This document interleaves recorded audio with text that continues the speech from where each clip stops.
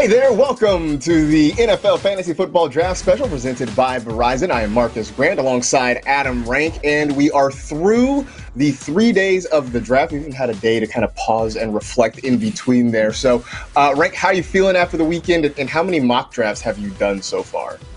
Well, I'm immediately insufferable because of the Justin Fields situation. And now I feel bad because I think the rest of America is already going to start turning on Justin Fields before he ever steps onto Soldier. Actually, he was on Soldier Field the other day. So there we go. And we're getting the mocks going. Oh, you know what? I was just going to post a mock draft Monday. Thanks for reminding me. So I got to do that. Hold on. It's on my Instagram right now. So it's good. I'm doing it. I'm living it.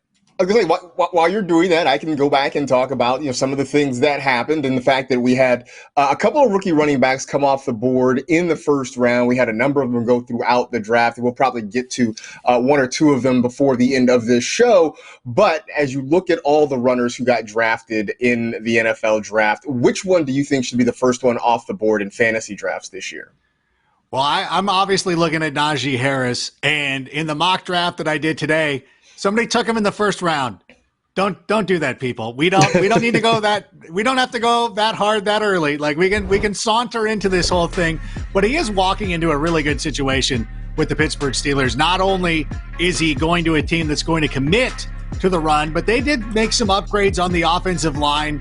They brought back Juju to a pretty good receiving core, which means they're not going to be able to face as many stacked, or he's not going to face as many stacked boxes. And so I think this is a very favorable situation. We do see rookie running backs step up and have good years. James Robinson is one that I think of. And I know a lot of people will hearken back to last year and what happened with Clyde Edwards-Helaire. But you know what? I think that the situations can be different, and I would advise I wouldn't take him over Austin Eckler. I wouldn't do anything like that. That was a little bizarre. I'm like, I don't know if I would have made that move. But when I look at somebody like the Bengals RB1, like, you know what? I think I'd rather have Harris over him right now. I would agree. I think Najee Harris should be the first running back off the board. I'm with you. I don't know that I would take him in the first round. Wait, first overall? Oh, sorry. No. I mean, I think maybe, I was going to say in a rookie dynasty draft, I could make the case for it. But I know when we talked about this on Friday, I said I was more comfortable in the second round, and you actually pointed out that somebody's going to take him in the first round, and that's kind of what's happening. Also because we're at the point of a little bit of rookie hysteria after the draft ends, which we always sort of get at this time of year. But I like the point you made, too. That the Steelers, I think, are going to try and put some help around him. The big complaint was, well, the offensive line sort of stinks. But they drafted Pat Freiermuth, who can be a good blocking tight end. They went out and got a couple of offensive linemen to sort of help try and bolster that line a little bit. So we know the opportunity is going to be there. If they can do things to open up some holes for Harris, then I think this ends up being a really great pick. That being said, I'm still going to wait until the second round, if I possibly can, to draft him. So now that we've gone through the running back, that should be the first one off the board, let's turn our attention to the wide receivers, because everybody loved this wide receiver class. Who should be the first one from that group to get drafted in fantasy?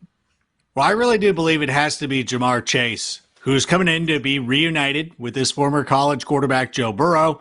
And obviously, there were a lot of high hopes for players like T. Higgins and Tyler Boyd, who have done pretty well in the NFL level. Higgins was good last year.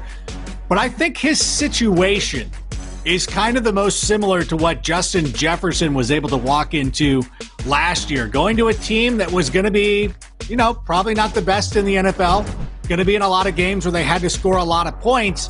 And when you have other receivers out there who can help draw away some of the attention, and who knows, maybe Chase ends up being the guy that opposing defensive coordinators are trying to shut down, I still believe that he's going to have a huge opportunity. So I think that this one's a no-brainer.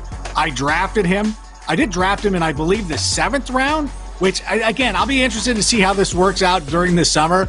I feel like it was too late. Like, I was kind of shocked that he was still on the board at this time. I had to double-check, make sure that was all correct. I think he's going to be somebody who's going to be moving up. And I think that as the hysteria, as you like to put it, builds over the summer, I think that Chase could end up finding himself going in the 5th round or something like that. That wouldn't really surprise me. And I do think I'm of the same mind as you, that he should be the first wide receiver off the board in fantasy drafts. I look at it as, even with the other weapons there, with T. Higgins there, with Tyler Boyd there, the Bengals are still going to throw the ball a lot. I mean, I wouldn't be surprised if Joe Burrow, if he stays healthy for 17 games, ends up throwing the ball 600 plus times this year, which means there's going to be a lot of opportunity for Ja'Marr Chase to get his hands on the football. I do think, as sort of the fallout to this, is that you might end up getting a pretty good draft discount on a guy like T. Higgins or Tyler Boyd. Those guys aren't completely going away, but I understand the excitement for a guy like Ja'Marr Chase. I mean, obviously you get to reunite him with his old college quarterback and the like, but 7th round, I'm surprised. I really thought it would be earlier than that, and maybe you're right. Whereas a lot of rookies, I think, sort of get pulled down when a lot more casual drafters start to come on board. Ja'Marr Chase might be one of those rare guys that gets pushed up, especially if we see him perform in training camp or the preseason. If he ends up having a good training camp, I could definitely see that going the completely other direction. All right, so that takes us to the top 5 rookies for 2021. Rank, you put together your list. How and why did you come up with this group? Well, obviously, I think the running back is going to be the first one off the board. Chase would be number 2. Although I will say Javonte Williams is somebody who's also going to leap up off this list as well. I know a lot of people are concerned because Melvin Gordon is with the Broncos right now. And I'm like, yeah, Melvin Gordon is with the Broncos. Like, he's been usurped before. I'm not worried about that at all. Williams might actually end up being the most valuable piece out of all these guys. But if I can focus for a second on Devonta Smith, and this was a pick that I really liked. And I don't know if the Eagles are trying to chase what happened last season when they drafted Jalen Reagor instead of going with Justin Jefferson. I think they made a smart move here.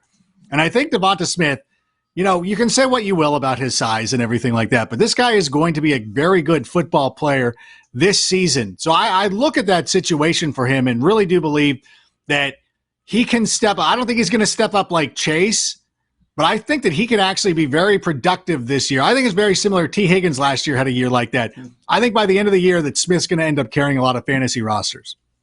I think he's a great pick. I'm very curious to see kind of what he can be. I want to go back to Javonte Williams because he was the running back that I loved the most out of all the guys in this class. And then look, I still think Najee Harris should be the first one off the board just because there's really nobody to challenge him. But Javonte Williams, as you mentioned, in Denver, I've sort of become less concerned about the Melvin Gordon factor.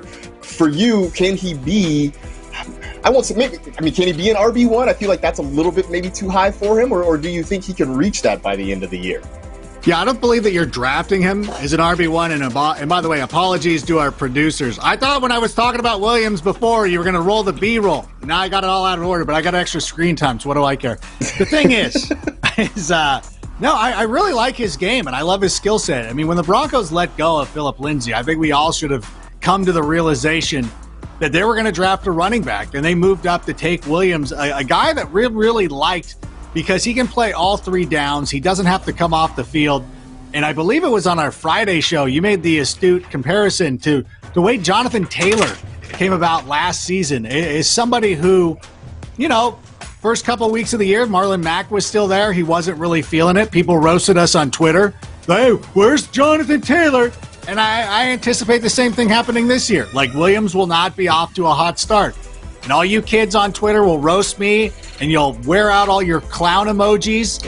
And by the end of the season, when this guy's dominating, I won't be able to find you. So it's just the way it goes. I agree, but I just think he does so many things well. I sort of compared him to Kareem Hunt in the sense of he doesn't necessarily do any one thing great, but he's very good at a whole lot of different things. And especially in a PPR world, catching the football is very, very important, and he does that pretty well. You did talk about Devonta Smith and how much you love him. I'll ask kind of a similar question. Could he be potentially a fringe wide receiver one by the end of the year, or is that asking too much right now in Philly? I think wide receiver too. I think that's probably a more realistic comp. I think that there's still going to be some questions about Jalen Hurts, and that is going to be the big thing that a lot of people are going to be concerned about. Although I will say this, for whatever reason, like, people don't believe that Jalen Hurts can throw the football. Last year, the Eagles, what was it against the Cardinals where they fell down by 3 touchdowns? And Jalen Hurts rallied them. The dude can throw the football.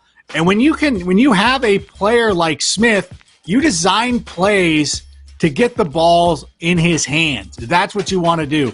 The RPO stuff, letting him get down the field. We saw him a moment ago on a little screen. Like, there's so many different ways he can hurt you on a football field. So I think that versatility is going to lend itself to a pretty good rookie season. And, of course, today I drafted him. It was the 10th round. Again, I feel like people are being too coy at the moment. Like, people, I don't know that everybody wants to show their hands yet and give everything away this early.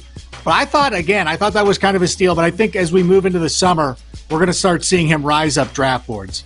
I think Devonta Smith could end the year being the Eagles' #1 receiver. I do think for fantasy, wide receiver 2 is probably his ceiling in his rookie year. But part of what I like is the fact that even for all the concerns about Jalen Hurts, I don't know that you have to worry about necessarily throwing Devonta Smith open. I think with his route running ability, he can get open and get separation himself, and he can present a pretty good target to any quarterback. So I think that's going to definitely help. And the fact that, look, Travis Fulgham had a couple of nice weeks. Greg Ward had a couple of nice weeks. We're still trying to see what Jalen Reagor can be. I think Devonta Smith can come in there and be that playmaker right from the get-go that the Eagles know that they need in their passing game. So I'm just trying to think of all the fab I wasted on Travis Fulgham last year. I mean, that was a good month that we had with Trevor Fulgham. But after that, it kind of fell apart. All right. Coming up, Trevor Lawrence. He is the new top cat down in Duval, but can he be your fantasy savior in 2021? We'll break that down for you in just a bit. Plus, we got a list of rookie sleepers that are ready to rise up and deliver big time in 2021. These guys need to be on your rosters. You're watching the NFL Fantasy Draft Special presented by Verizon.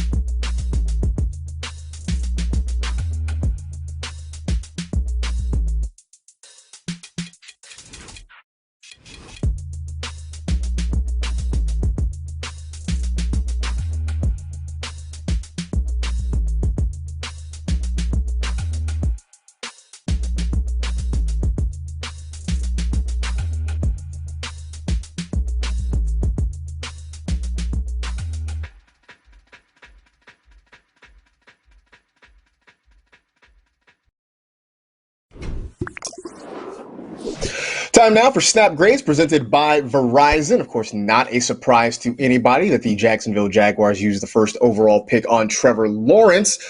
We have seen rookie quarterbacks have fantasy success. I mean, we don't have to go far back. Just Justin Herbert last year was one of them. So let's go on and grade this pick. It's one we all knew was coming. But from a fantasy perspective, how are you feeling about the fit of Trevor Lawrence down there in Duval County?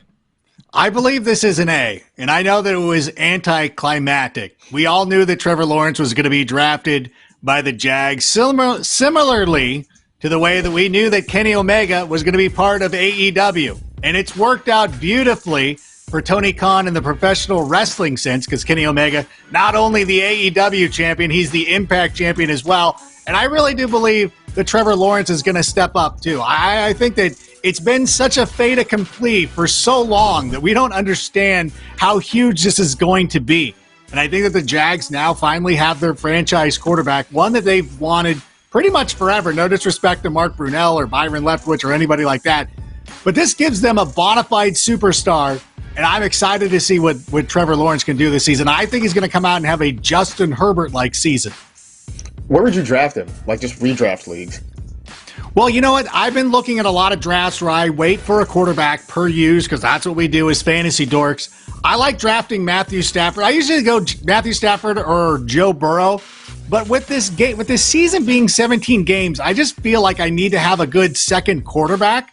So I want Trevor Lawrence to be my backup quarterback. And I want to have him on the bench, because last year I went with a combination of Aaron Rodgers and Justin Herbert, and it worked out beautifully. I was able to trade one of them at the trade deadline to get DK Metcalf. And I think similarly, if both these guys are crushing it, you can probably flip one at some point. But I think that Trevor Lawrence, definitely needs to be on your roster. I don't know that I want to trust him as my number one guy in a 10 or 12 team league, but I think definitely I'm going to have him rostered for sure. I definitely think he's worth looking at in the double-digit rounds. He is going to be that guy, and if you're waiting on a quarterback, he'll be in that group of guys that I think gets really popular in, say, like the 10th round or so, maybe even a little bit later. Who knows, maybe earlier, depending on who you're drafting with. But I do think this is an A. You're talking about the guy who, again, we keep saying this. He's been touted as the best quarterback prospect since blank. Andrew Luck, Peyton Manning, you take your pick of whoever you want to sort of put him in there with. And the Jaguars have some nice pieces around him, right? We've talked about the wide receivers, DJ Chark, Laviska Shenault. James Robinson was excellent last year. They also went out and drafted Travis Etienne to sort of give some extra depth to that backfield. So there are pieces in place for Trevor Lawrence to be successful. On top of it, he does have that cheat code ability where he can get out and run with the football, so there's always that option as well. I do think a Justin Herbert-like season is certainly in the works. I would prefer to wait on him and have him come off the board as quarterback 11, 12, something like that, but I have a sneaking suspicion that a lot of folks are going to draft him as a top 10 quarterback and try to use him as a week-in, week-out starter. Yeah, I am sort of dubious on that right now, but I do think that's kind of where the excitement level is for him. But either way, this was a great pick for the Jaguars, and I think it's going to be a very fruitful fantasy pick for a lot of managers there as well. All right, that was Snap Grades presented by Verizon.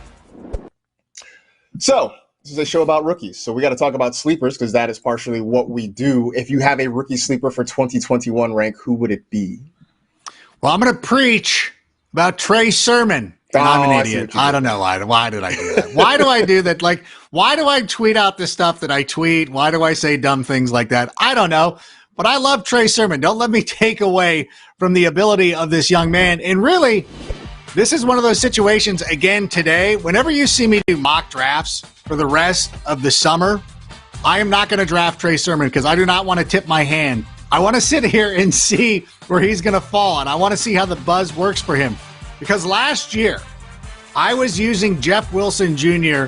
in a lot of my championship games. I went 0 for 6 in all my championship games, I should point out. But I had Jeff Wilson, and it wasn't Jeff's fault. He was doing fantastic. But I really do believe that this is the kind of pick that is going to end up paying off for you in the long run. It is going to be one of those things where you're going to have to hold on to him, and you're going to have some bad weeks. You're going to contemplate drafting him. You're going to be like, Rank's an idiot. He doesn't know what he's talking about. I'm dropping him. You know what? A lot of people did that last year with A.J. Dillon. It came back to bite him because he was awesome in Week 16. I think Trey Sermon's going to be that way. And I think that any time that you can get a running back in the Kyle Shanahan system, you got to go out and you got to get him. And I know it's not going to be pretty and it's not going to be perfect and it's not going to be Larry Johnson carrying the ball 370 times this season. But Trey Sermon is a guy that I think you won't see it on my mock drafts because this is only a thing that I'm just telling you guys. That's it. I'm not telling everybody else on IG and all that stuff, but Trey Sermon is somebody I'm going to have on all my rosters.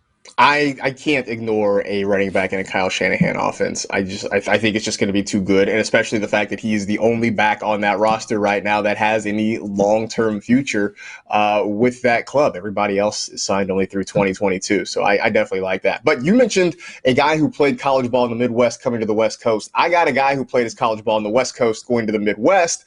That's Amon-Ra St. Brown. And what I really like about him, I mean, aside from the fact that he's a USC guy, obviously, fight on, he isn't particularly big. He's not especially fast, but he is a great route runner with excellent hands. And I think in a lot of ways, he could sort of be for Goff in Detroit, kind of what Cooper Kupp was for Jared Goff in Los Angeles. He's that guy who I think works well in these short areas, can make a lot of the tough catches, is really good at contested catches, and he's on a roster now that really is still looking for wide receiver help. I mean, they lost Marvin Jones and Kenny Galladay in the offseason. I mean, right now they're talking about, you running with, Tyrell Williams, it's kind of one of their top receivers. So there's opportunity for Amon-Ra St. Brown to step in there and be a contributor right away. So I think this is a really good opportunity for him. I think you're still talking about him maybe at best as a wide receiver 3 in a lot of respects, but I think he could sort of be similar to one of his old college teammates, Michael Pittman, what he was sort of in Indianapolis, where we saw mid to late in the year,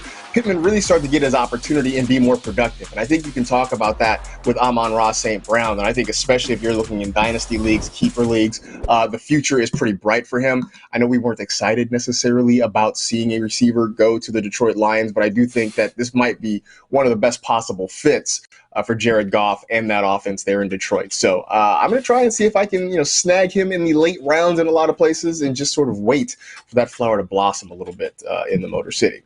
Another guy with some sleeper potential is running back Michael Carter, who was the other North Carolina running back that got drafted alongside Javonte Williams. 4th round pick to the New York Jets. Do you like him in 2021 as a sleeper? I do. I also like that you moved on pretty quickly before I could come in and drag Jared Goff. So, okay, so I want to let's talk about Michael Carter then. It's fine. For all the reasons that we were talking about Trey Sermon and how we like the offense and Kyle Shanahan's system and everything like that, well, the offensive coordinator for the New York Jets is Mike LaFleur, who's coming over with Robert Saleh. Can I not pronounce names today? What's wrong with me? But anyways, but no, this is a perfect situation because, again, they're going to run a very, very similar situation to what they did in San Francisco. And I expect him to get a lot of opportunities. Now, LaMichael Pirine was pretty good at the end of last season, and I expect him to be in the mix as well. But I think that we need to start looking at the Jets running back situation pretty similarly to the way we look at the 49ers one. That's a good thing, though, by the way. I do feel like with the Jets, everybody there sort of has sleeper potential, right? I mean, you say it about, a guy like Corey Davis who came over as a free agent, Michael Carter, Zach Wilson. There's so many guys, or I think we just have this newfound hope with the Jets offense because they had the regime change and they've gone away from what they did in the past. So, I do think there's some potential there for Carter. I think, again, you're talking about kind of a late round depth add for a lot of fantasy rosters, but I think there's something to be excited about with this offense. Look, I said after night 1 of the draft that I might have to pay attention to the Jets offense. I mean, I got some people sort of eye rolling at me, and I get it. I understand. But I think because they've turned over a new leaf, let's have hope. They have some pieces, and we don't know what Zach Wilson's going to be able to do at the NFL level, but they've got some pieces to where you should be excited about it. Yeah, I agree. So I think I may have some pieces of Gang Green on my fantasy rosters this year. Could be very interesting. I can speak. All right, up next, the draft always has an impact on veterans around the league. Find out which incumbent players have their fantasy stocks shooting up like Bitcoin, and which ones are watching their stock crash like Bitcoin. Stay tuned.